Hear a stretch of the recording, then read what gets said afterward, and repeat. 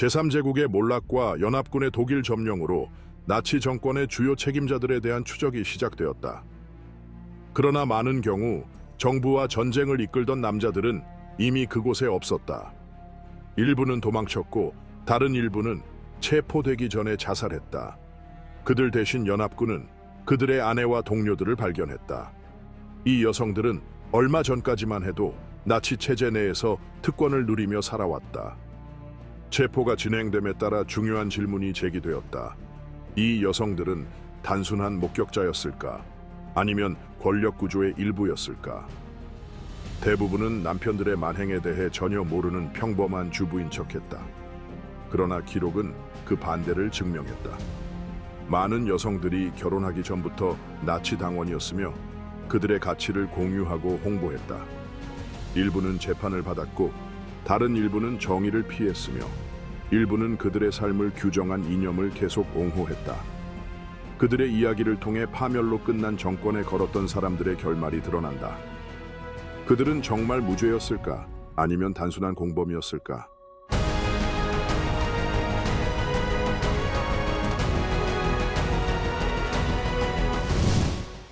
게르다 보어만, 제국을 위해 죽음을 선택한 광신도. 모든 나치 고위 간부의 아내들이 남편의 이념을 완전히 공유한 것은 아니지만 게르다 보어만의 경우는 달랐다. 그녀는 당의 열렬한 추종자이자 사명에 가장 헌신한 여성 중 한 명이었다. 1909년 콘스탄츠에서 태어난 그녀는 국가주의 정치가 깊이 뿌리내린 환경에서 자랐다.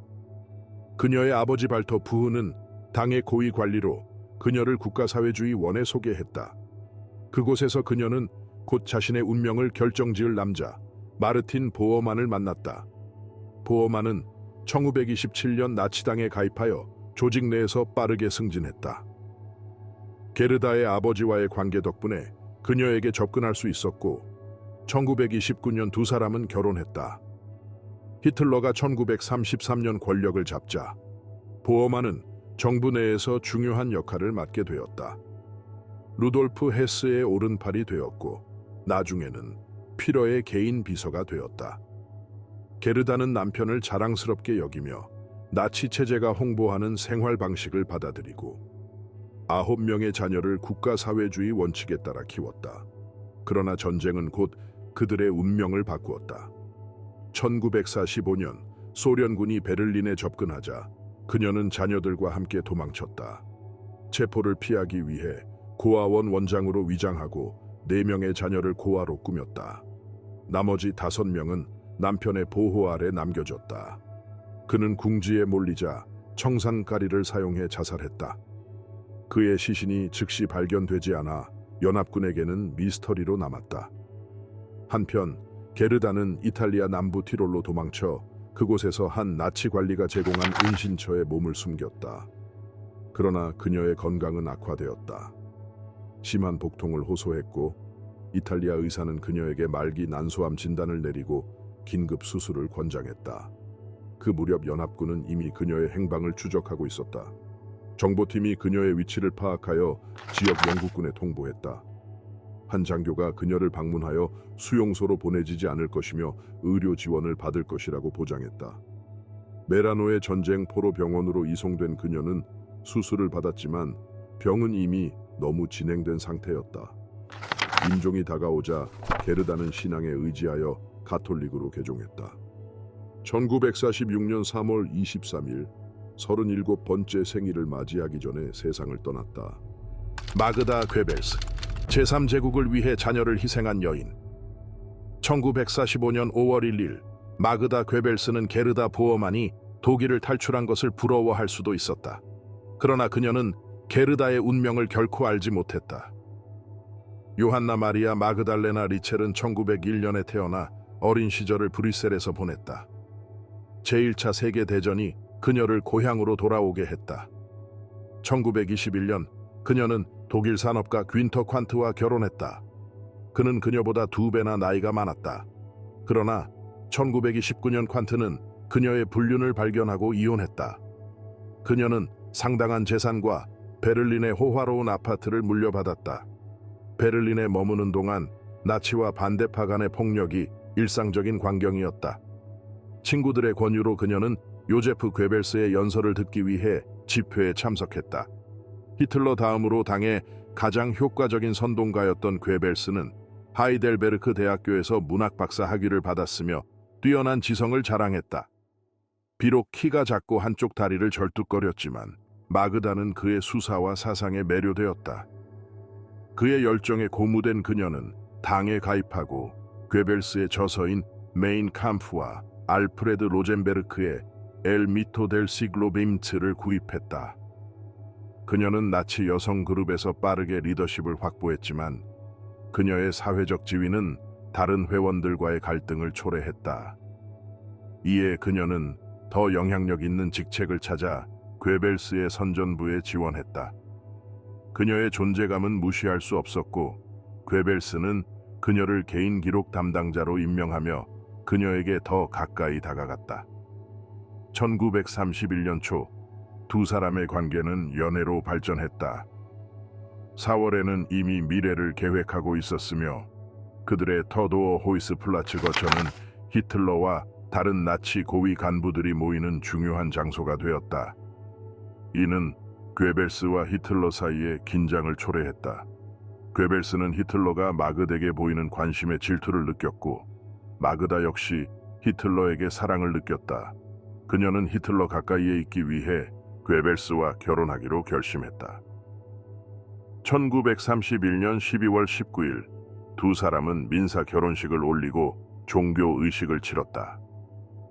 히틀러는 주례를 맡았고 마그다는 감사의 눈물을 흘리며 그에게 입을 맞췄다. 1932년 9월 1일 첫째 딸 헬가가 태어났다. 출산은 마그다에게 힘겨운 경험이었고 그녀는 기진맥진했다. 의사는 그녀에게 이전에 있던 심장 질환이 악화되었음을 경고하며 향후 임신 시 주의할 것을 권고했다. 그러나 완전히 회복하기도 전에 다시 임신했고 그해 12월 유산을 했다. 연말에 그들은 히틀러의 오베르잘츠부르크 산장을 방문했고 마그다는 심한 감기에 걸려 고열에 시달렸다. 그녀는 살아남았지만 건강은 영구적으로 악화되었고 이동이 제한되었다. 제2차 세계대전 중 마그다는 적십자 간호사로 훈련을 받았지만 건강 상태 때문에 자주 휴식을 취해야 했다. 1945년 소련군이 베를린을 포위하자 괴벨스 가족은 히틀러의 벙커와 연결된 지하 피신처로 이동했다. 1945년 4월 30일 마그다와 남편은 히틀러와 에바 브라운과 마지막 저녁을 함께했다. 다음 날 SS 치과의사 헬무트 쿤츠는 6자녀에게 모르핀을 투여하여 잠재웠다. 그 후 가가이에게 청산가리 캡슐을 주었다. 아이들이 죽은 후 마그다와 괴벨스는 총리 관저 정원으로 나가 자살했다.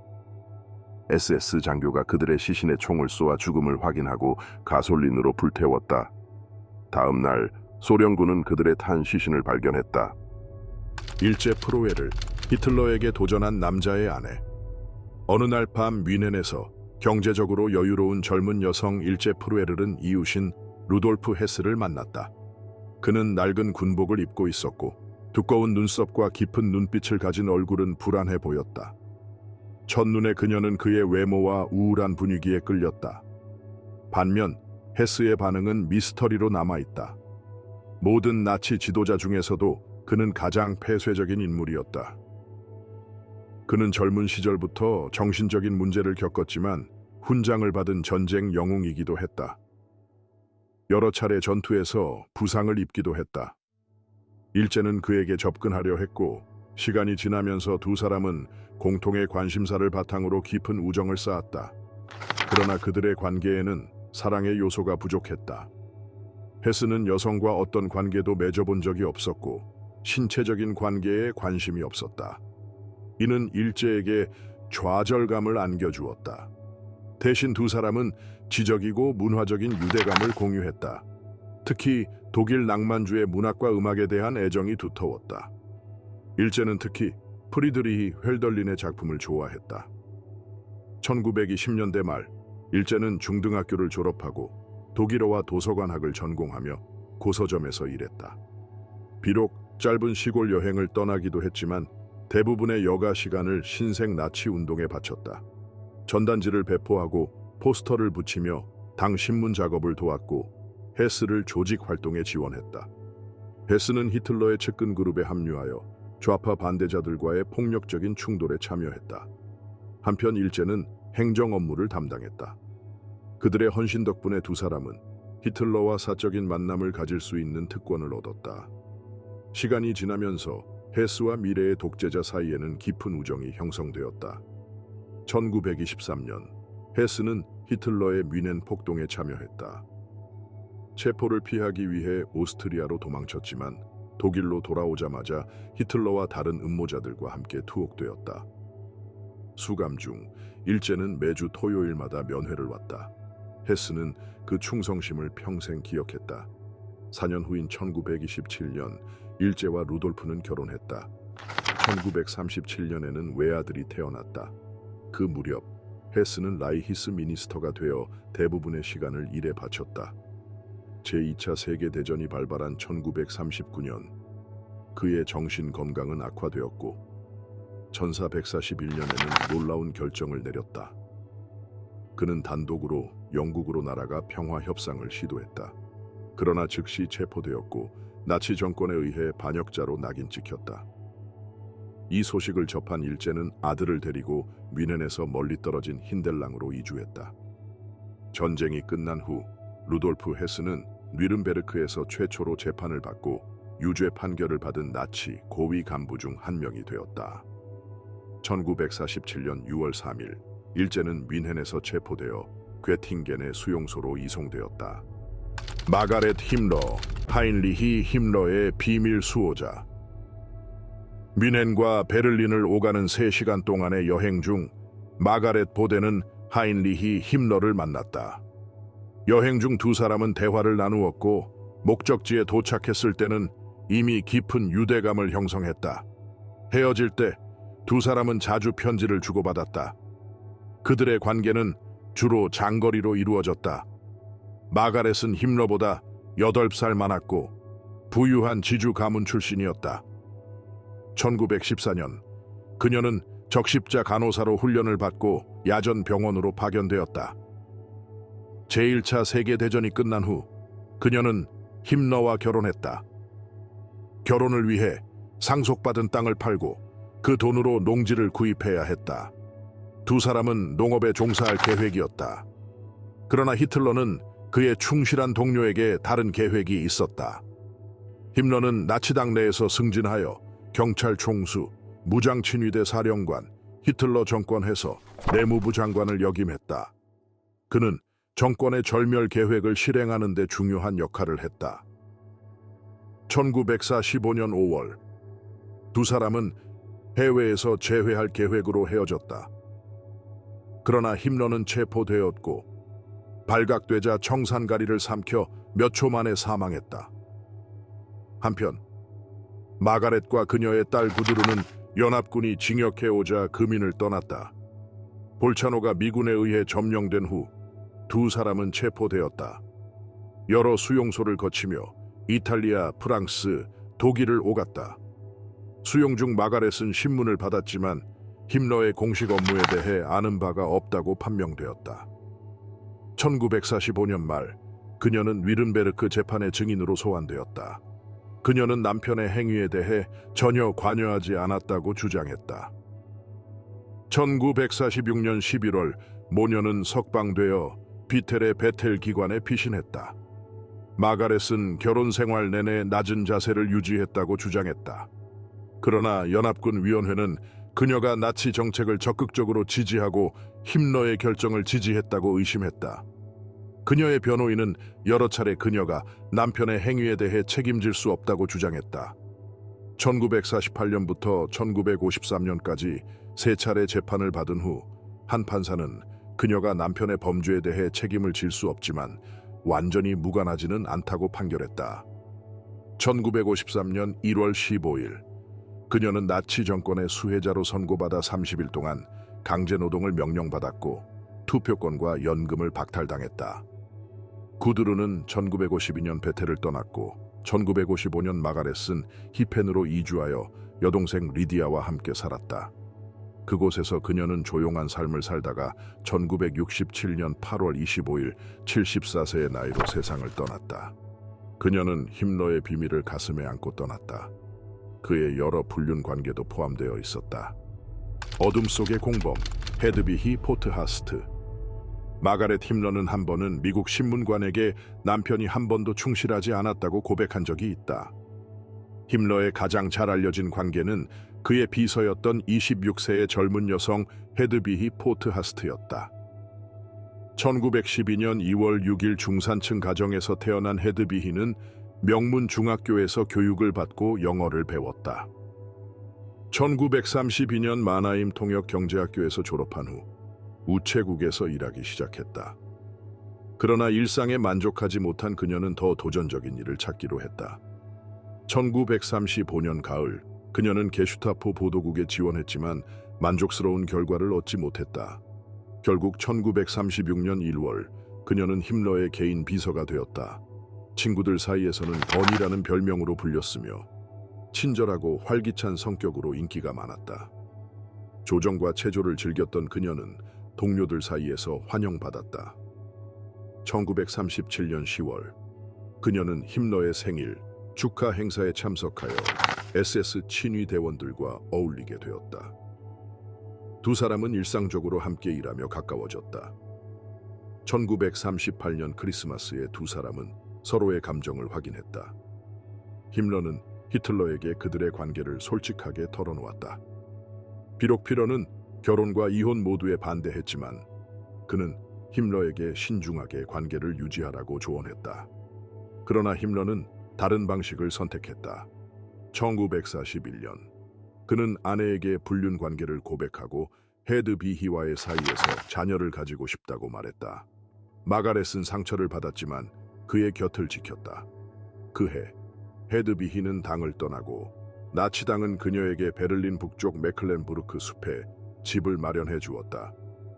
시간이 지나면서 헤드비히와 힘러는 가정을 꾸리고 두 자녀를 두었다. 1944년, 그는 그녀에게 베르히테스가덴 근처에 시골 별장을 선물했다. 그곳은 히틀러의 유명한 독수리 둥지 근처였다. 그녀의 삶은 평범하지 않았다. 한 번은 게르다 보어만과 그녀의 자녀들이 방문했다. 차를 마신 후 헤드비히는 그들을 다락방으로 안내하여 특별한 것을 보여주었다. 인간의 유골로 만든 가구였다. 그녀는 인간의 골반으로 만든 의자와 인간의 다리로 만든 의자 다리를 설명했다. 또한 다하우 수용소 죄수들의 피부로 제본된 메인 캄프 책도 소유하고 있었다. 힘러는 보어만에게도 같은 책을 선물하려 했지만 그는 거절했다. 게르다는 그것이 너무 끔찍하다고 생각했다. 전쟁이 끝나자 헤드비히는 재혼하고 공공의 시선을 피하기로 했다. 라디오를 통해 힘러의 죽음을 접한 후 그녀는 숨어 지내며 엘러노레 폴과 함께 로제나임에서 시간을 보냈다. 그러나 1945년 미군에 의해 체포되어 뮌헨에서 신문을 받았다.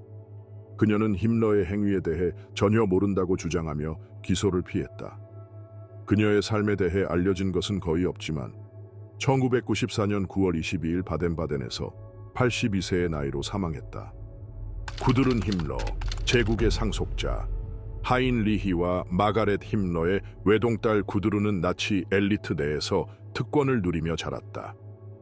그녀의 금발머리와 단정한 외모는 아리안 이상형에 부합했다. 그녀는 나치 엘리트 내에서 주목받았다.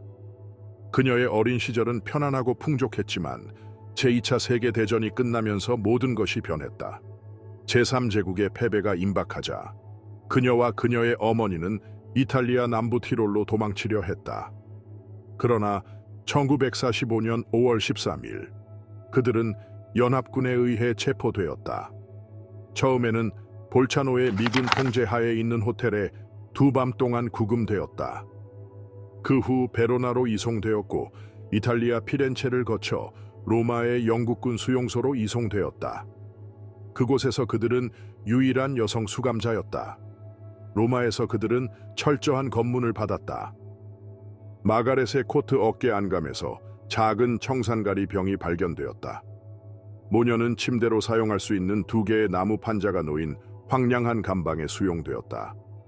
비록 소녀에게 적합한 장소는 아니었지만 앤드루스 대령은 그들의 체류를 조금 더 편안하게 만들기 위해 노력했다. 구드루는 1945년 9월 22일 첫 신문을 받았다. 신문 중 그녀는 전쟁 동안 주로 집이나 학교에 있었다고 주장했다. 또한 다하우의 약초 농장을 잠깐 방문한 적이 있다고 언급했다. 신문관들이 그녀의 부모나 중요한 정보에 대해 더 캐묻자 그녀는 중요한 일에 대해 알려준 적이 없다고 답했다. 그녀의 대답은 신문관들을 설득했다. 전쟁이 끝난 후 구드루는 울프디터 부르비치와 결혼했다. 그는 극우 작가이자 바이엘은 주의 국가민주당 NPD 활동가였다. 그 후 구드루는 극우 이념을 열렬히 옹호하는 인물이 되었다. 그녀는 Silent Help이라는 조직에서 활동하며 전 친위 대원들을 지원했다. 그녀의 헌신적인 노력은 동료들 사이에서 존경을 받았다. 또한 그녀는 청소년 비킹 그룹을 창설하여 나치 이념을 전파했다. 1958년 그녀는 오스트리아의 전 친위 대원 모임에 참석했다. 그곳은 옛 켈트 유적지 근처의 숲속에 위치해 있었다. 매년 그녀는 그 행사에 초대되었고 그곳에서 그녀의 아버지와 그의 행위를 기렸다. 1961년부터 1963년까지 그녀는 서독 정보국에서 비밀리에 일했다.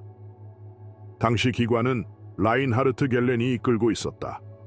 그는 미국에 의해 전쟁 후 고용된 전 나치 장교로 반공 작전 경험과 동유럽에 대한 지식을 바탕으로 서독 정보기관의 중요한 인물이 되었다.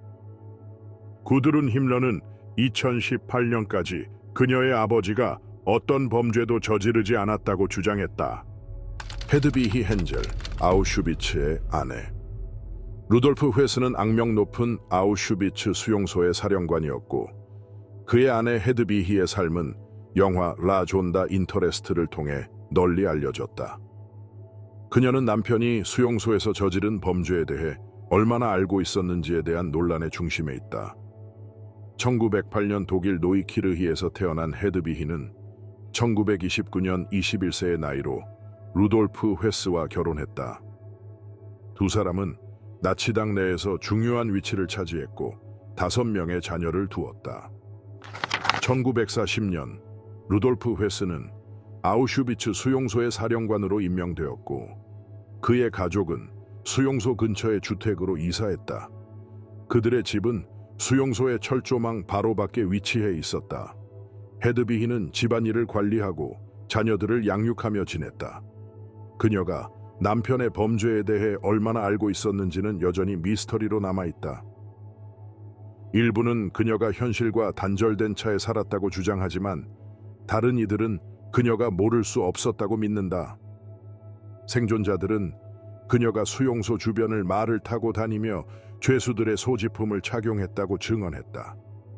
전쟁이 끝나갈 무렵 연합군이 독일로 진격하자 루돌프 회스는 도망치려 했지만 헤드비히는 자녀들과 함께 집에 남기로 했다. 그녀는 체포되어 영국군에 의해 신문을 받았지만 결정적인 증거가 발견되지 않아 기소되지 않았다. 그녀의 지위와 특권에도 불구하고 그녀는 처벌을 피할 수 있었다. 그녀는 자녀들에게도 남편의 처형 사실을 숨겼다. 그녀의 딸 잉게 브리기트 회스는 스페인으로 이주하여 모델로 일했고 나중에 미국으로 건너가 버지니아에 정착했다. 1989년 9월 15일 헤드비히는 버지니아의 아링턴을 방문 중 사망했다. 그녀의 무덤에는 이름이나 공식적인 비문 없이 무티라는 단어만 새겨져 있다. 리나 하이드리히, 프라하의 도살자의 아내. 일부 나치 고위 간부의 아내들은 정치에 관여하지 않았지만 다른 이들은 공공연히 정권을 지지하고 열등한 집단에 대한 혐오를 표출했다. 리나 폰 오스테는 그 중에서도 가장 열성적인 인물 중 하나였다. 그녀는 히틀러의 이념에 깊이 공감하며 어린 시절부터 나치 집회에 참석했다. 그녀의 오빠는 이미 당에 가입한 상태였고 1920년대 초반 그녀를 집회에 데려갔다. 리나는 나치 운동에 깊이 몰입했다. 특히 그들의 청년 중심 이념에 매료되었다. 그녀의 반유대주의는 일찍부터 드러났다. 프러시아의 전통적인 정치와는 달리 나치즘은 그녀에게 새로운 가능성을 열어주었다. 그녀는 페마른 섬 근처의 덴마크에서 부유한 가정에서 자랐지만 1920년대 초인플레이션 위기로 가정 경제가 어려워졌다. 그녀는 교사가 되기 위해 킬로 이주하여 기술 고등학교에서 공부했다. 그곳에서 기숙사에 머물렀고 졸업 후에는 도서관에서 일했다. 1930년 12월 6일 그녀는 친구들과 함께 무도회에 참석했다. 그곳에서 그녀는 라이나르트 헤이드리히라는 젊은 해군 장교를 만났다.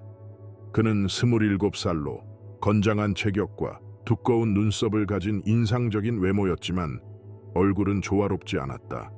그러나 리나는 그에게 매료되었고 다음 날 다시 만나기로 약속했다.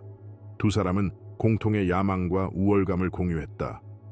리나는 이미 나치 이념에 깊이 빠져 있었고 헤이드리히는 그녀에 비해 정치에 큰 관심이 없었다. 그녀는 헤이드리히가 마인캄프를 읽지 않았다는 사실을 비판했다. 헤이드리히는 해군에서 퇴출된 후 리나의 권유로 나치당에 가입하게 되었다.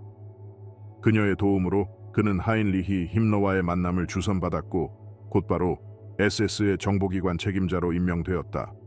그 후 그의 나치당 내 입지는 급속도로 상승했다. 전쟁이 끝난 후 리나는 신문을 받았지만 전쟁 범죄에 직접적인 책임이 없다고 판명되어 풀려났다.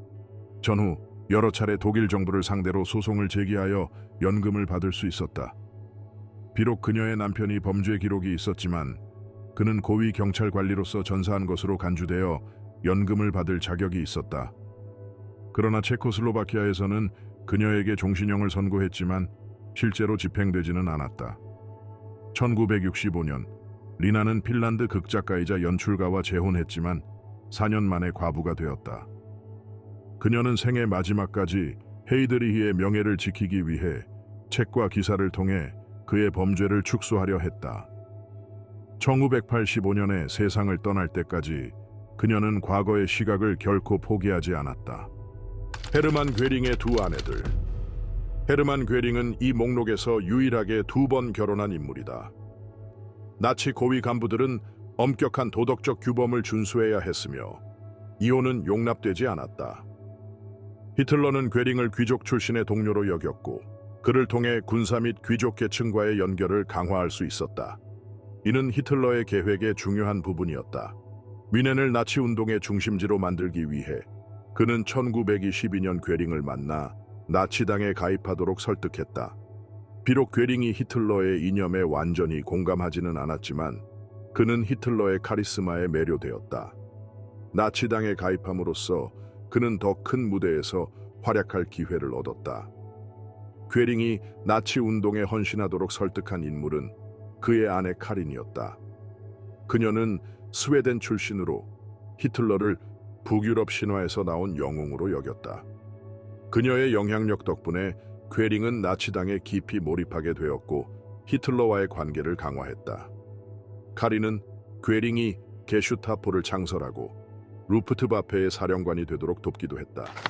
그러나 카린은 결핵을 앓고 있었고 그녀의 건강은 급속도로 악화되었다. 1931년 그녀는 스웨덴에서 심장 발작을 일으켜 사망했다. 괴링은 그녀의 임종을 지켰고 그녀가 세상을 떠나기 전까지 곁을 지켰다. 카린의 죽음 후 괴링은 나치당 내에서 더욱 중요한 위치를 차지하게 되었다. 그는 카린이 그렇게 원했을 것이라고 믿었다. 1933년 그는 연극 배우 에미 존네만을 만났다. 카린과는 달리 에미는 정치에 큰 관심이 없는 예술가였다. 그녀는 어린 시절 베니스의 상인을 본 후 배우가 되기로 결심했다. 그녀의 아버지는 초콜릿 공장을 운영했지만 어머니는 그녀의 꿈을 지지했다. 에미는 정치적인 이슈에 대해 언급하지 않았고 예술, 문학, 연극에 더 관심을 기울였다. 그러나 괴링과 괴벨스의 선전 덕분에 그녀는 제3제국의 퍼스트 레이디로 추앙받았다. 그녀는 괴링의 아내로서 나치 이념을 대표하는 인물이 되었다. 정권이 무너진 후 에미는 나치 정권의 중요 인물로 지목되어 1년 동안 수감되었고 재산의 30%를 몰수당하며 5년 동안 연극 활동이 금지되었다. 출소 후 그녀는 뮌헨에서 조용히 지내다가 세상을 떠났다. 에바 브라운, 히틀러의 마지막 동반자. 1930년 아돌프 히틀러는 신뢰할 수 있는 동료 마르틴 보어만을 비밀리에 불러 특별한 임무를 맡겼다. 그는 히틀러가 하인리히 호프만의 사진관에서 만난 17세 소녀의 가게를 조사해달라고 요청했다. 히틀러는 그녀에게 매료되었고 그녀가 자신이 주장하는 인종적 기준에 부합하는지 확인하고 싶었다. 보어만의 철저한 조사 결과 에바 브라운에게는 유대인 혈통이 없다는 것이 밝혀졌다. 이 소식에 히틀러는 안도했다. 그러나 히틀러에게는 이미 복잡한 감정 상태에 있는 조카 딸 겔리 라우발이 있었다. 그녀는 22세였고 히틀러는 그녀보다 2배 이상 나이가 많았다. 그는 그녀를 통제하려 했고 그녀는 그의 감시 아래 숨막히는 느낌을 받았다. 1927년 히틀러는 그녀가 운전사와 관계를 맺고 있다는 사실을 발견하고 그녀를 철저히 감시했다. 그녀는 다른 남자와 단둘이 있는 것이 금지되었다. 이 상황은 그녀에게 큰 스트레스를 주었다. 1931년 9월 18일 히틀러가 뉘른베르크에 있을 때 겔리는 그가 준 권총으로 자신의 가슴을 쏘았다. 그녀는 피를 흘리며 쓰러졌고 결국 사망했다. 그녀의 죽음은 히틀러에게 큰 충격을 주었지만 그는 이제 에바에게 집중할 수 있었다.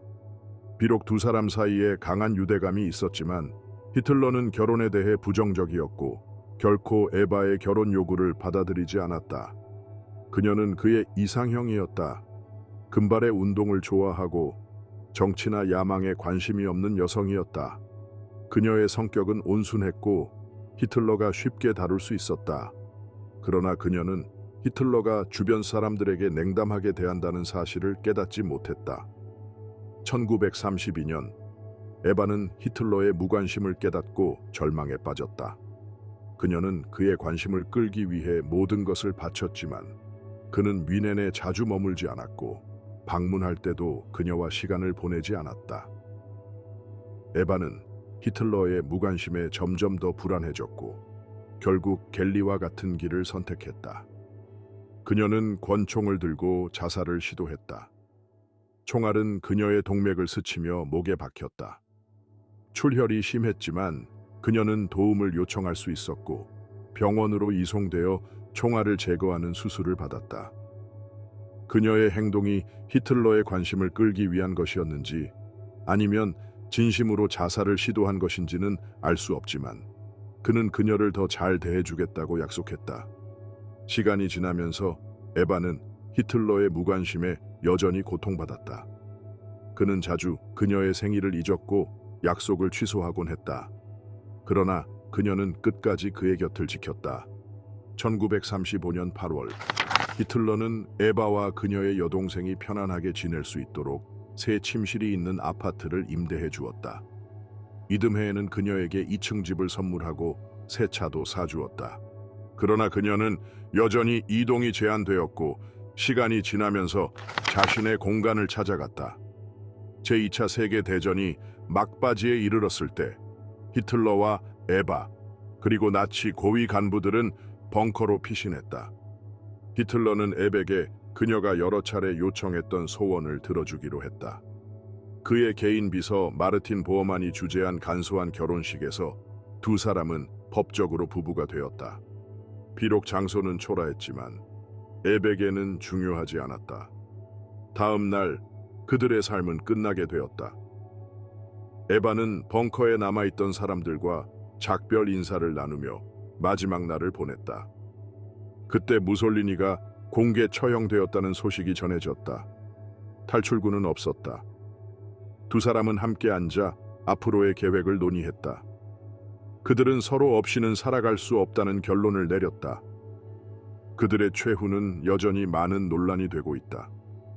일반적으로 히틀러는 총기로 자살했고 에바는 독극물을 복용했다고 알려져 있다. 그들의 시신은 SS 병사들에 의해 밖으로 운반되어 기름을 뿌리고 불태워졌다. 그 후 벙커에 들어온 소련군은 그들의 탄 시신을 발견했다. 소련군은 비밀리에 시신을 모스크바로 운반했지만 공개하지 않았다. 수십 년 동안 히틀러와 에바가 남미나 다른 곳으로 도망쳤다는 소문이 돌았다. 1970년대에 이르러서야 소련은 그들의 시신을 회수했다고 인정했지만 그때는 이미 분석할 만한 것이 남아있지 않았다. 에바는 최후의 순간을 맞이하기 전에 여동생 그레틀에게 편지를 썼다. 그녀는 자신의 삶을 행복했다고 회고하며 히틀러의 곁에 있을 수 있어 기쁘다고 했다. 그녀는 자신이 제3제국의 여성 상징으로서 앞으로 직면할 운명을 피할 수 있다는 점에서도 만족했다. 그녀는 편지를 봉투에 넣어 하나 라이치에게 맡겼다. 하나는 히틀러의 개인 의사의 아내이자 훈장을 받은 조종사였다. 그레틀 브라운, 페겔라인의 아내. 1944년 제2차 세계대전이 막바지에 이르렀을 때 친위대 기병 장교 헤르만 페겔라인은 그레틀 브라운과 결혼했다. 그는 힘러에 대한 충성심과 잔인함으로 유명했다. 그러나 전쟁이 끝나갈 무렵 그는 금괴를 챙겨 다른 여성과 함께 베를린을 탈출하려 했다. 그러나 그는 곧 친위대에 의해 체포되어 처형되었다. 그레틀은 임신 중이었고 남편의 처형을 막아달라고 에백에 애원했지만 소용이 없었다. 페겔라인은 히틀러와 에바가 자살하기 몇 시간 전에 처형되었다. 전쟁이 끝난 후 그레틀은 나치 정권과의 연관성으로 인해 사회적 고립을 겪었다. 그녀는 에바 바바라라는 이름을 딸에게 지어주었다. 그녀는 자신의 성씨가 지닌 부담을 잘 알고 있었고 공공의 시선을 피하려 했다. 나중에 그녀는 1958년에 재혼하여 로빙거라는 성을 얻었다. 그녀의 딸 에바 바바라는 비극적인 삶을 살았다. 그녀의 남편이 교통사고로 사망한 후 그녀는 견디지 못하고 자살하고 말았다. 그레틀 브라운은 1987년에 세상을 떠났다. 그녀의 삶은 나치 권력의 중심부에 가까웠던 많은 여성들의 운명을 반영한다. 그들은 단순한 방관자가 아니라 적극적인 참여자였다. 나치 여성들의 이야기는 충성, 이념, 생존이 복잡하게 얽힌 드라마이다. 그들은 권력의 수혜자로서 나치 체제 내에서 특권을 누렸고 히틀러의 이념을 공유하며 살아갔다. 전쟁이 끝난 후 그들은 각기 다른 운명을 맞이했다. 일부는 재판을 받았고 일부는 도망쳤으며 소수는 무사히 숨어 지냈다. 그러나 그들 모두는 제3제국의 몰락과 함께 그들이 누리던 특권과 안전이 사라지는 것을 목격했다. 제3제국의 붕괴는 단순한 정치적, 군사적 구조의 붕괴가 아니었다. 그것은 나치 여성들이 구축한 삶의 종말을 의미했다. 게르다 보어만의 경우처럼 나치 이념에 대한 광신은 그녀를 자살로 이끌었다. 그녀는 나치 체제가 그녀에게 보장해준 지위를 포기하느니 차라리 죽음을 선택했다. 반면 마그다 괴벨스는 그 광신을 더욱 극단적으로 밀고 나가 자신의 자녀들을 희생시켰다. 그녀는 나치 없는 세상은 존재할 가치가 없다고 믿었다. 일제 프로에르의 경우처럼 그녀의 남편 루돌프 헤스는 전쟁 후 최초로 재판을 받았지만 그녀는 비교적 가벼운 처벌을 받았다. 그녀의 삶은 전쟁 후에도 큰 변화 없이 이어졌다. 마가렛 힘러 역시 남편의 범죄에 대해 무지했다고 주장하며 가벼운 처벌을 받았다. 그녀의 딸 구드루는 전쟁 후 극우 활동가로 변신했다. 그녀의 사례는 나치 이념이 전쟁 후에도 어떻게 살아남았는지를 보여준다.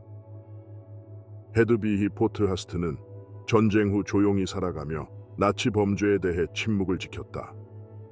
그녀의 삶은 많은 나치 여성들이 전쟁 후 어떻게 무사히 살아남았는지를 보여준다. 리나 헤이드리히는 전쟁 후에도 남편의 명예를 지키기 위해 노력했다.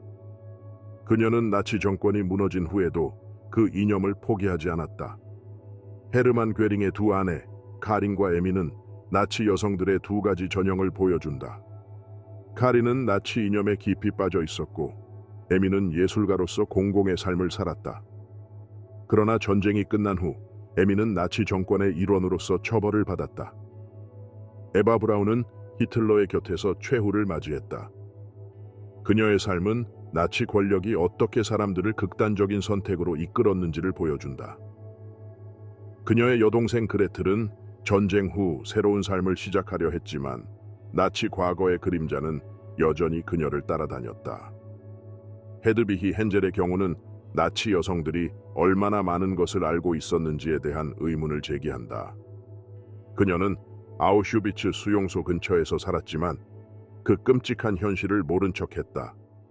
그녀의 이야기는 많은 나치 여성들이 나치 범죄의 수혜자로서 어떻게 살아갔는지를 보여준다. 그들은 전쟁 후에도 그 죄악에 대해 책임을 지지 않았다.